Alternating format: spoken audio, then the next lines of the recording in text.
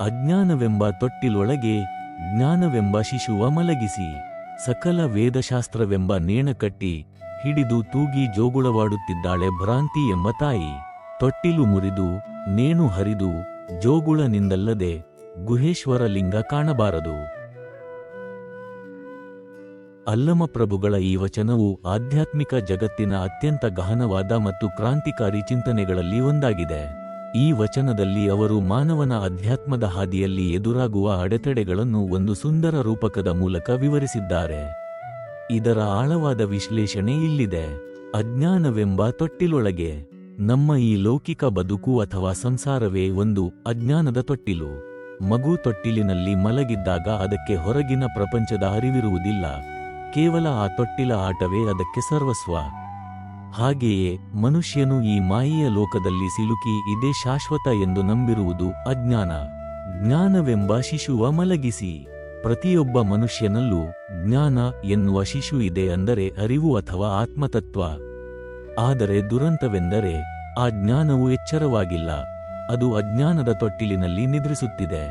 ಜ್ಞಾನವು ಸುಪ್ತಾವಸ್ಥೆಯಲ್ಲಿದೆ ಎಂಬುದನ್ನು ಇದು ಸೂಚಿಸುತ್ತದೆ. ಸಕಲ ವೇದಶಾಸ್ತ್ರವೆಂಬ ನೇಣಕಟ್ಟಿ. ಇದು ಅತ್ಯಂತ ಮಾರ್ಮಿಕವಾದ ಸಾಲು.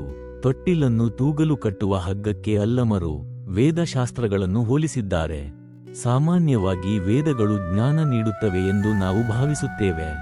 ಆದರೆ ಅಲ್ಲಮರ ಪ್ರಕಾರ ಕೇವಲ ಶಾಸ್ತ್ರಗಳ ಓದು ಅಥವಾ ಪಾಂಡಿತ್ಯವು ಮನುಷ್ಯನನ್ನು ಕಟ್ಟುಪಾಡುಗಳಲ್ಲಿ ಸಿಲುಕಿಸುತ್ತದೆ. ಶಾಸ್ತ್ರಗಳು ಅರಿವಿನ ಹಾದಿಗೆ ಮಾರ್ಗದರ್ಶಿಯಾಗುವ ಬದಲು ಜ್ಞಾನದ ಶಿಶುವನ್ನು ನಿದ್ರೆಯಲ್ಲೇ ಇರಿಸುವ ಹಗ್ಗಗಳಾಗಿ ಬದಲಾಗಿವೆ. ಹಿಡಿದು ತೂಗಿ ಜೋಗುಳವಾಡುತ್ತಿದ್ದಾಳೆ ಭ್ರಾಂತಿ ಎಂಬ ತಾಯಿ. ಇಲ್ಲಿ ಭ್ರಾಂತಿ ಅಂದರೆ ಮಾಯೆ ಅಥವಾ ಭ್ರಮೆ ಎನ್ನುವವಳು ತಾಯಿಯಾಗಿ ಕಾಣಿಸಿಕೊಳ್ಳುತ್ತಾಳೆ. ತಾಯಿ ಮಗುವನ್ನು ಮಲಗಿಸಲು ಹೇಗೆ ಜೋಗುಳ ಹಾಡುತ್ತಾಳೋ ಹಾಗೆಯೇ ನಮ್ಮೊಳಗಿನ ಭ್ರಾಂತಿಯು ನಮಗೆ ಸುಳ್ಳು ಸುಖಗಳ ಆಸೆ ತೋರಿಸಿ ಸಂಪ್ರದಾಯಗಳ ಜೋಗುಳ ಹಾಡಿ ನಮ್ಮೊಳಗಿನ ಜ್ಞಾನವು ಎಚ್ಚರಗೊಳ್ಳದಂತೆ ನೋಡಿಕೊಳ್ಳುತ್ತಿದೆ.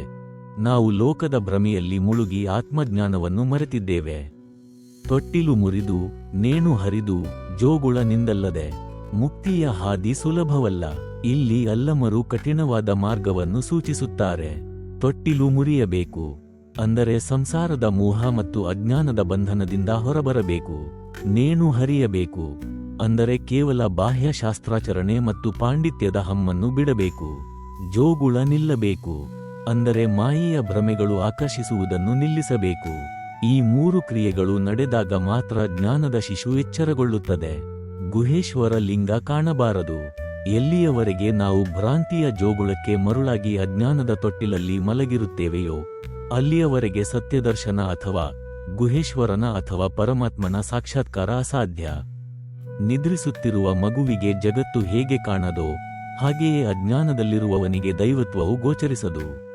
ಈ ವಚನವು ಮನುಷ್ಯನನ್ನು ಅರಿವಿನ ಎಚ್ಚರಕ್ಕೆ ಕರೆಯುತ್ತದೆ.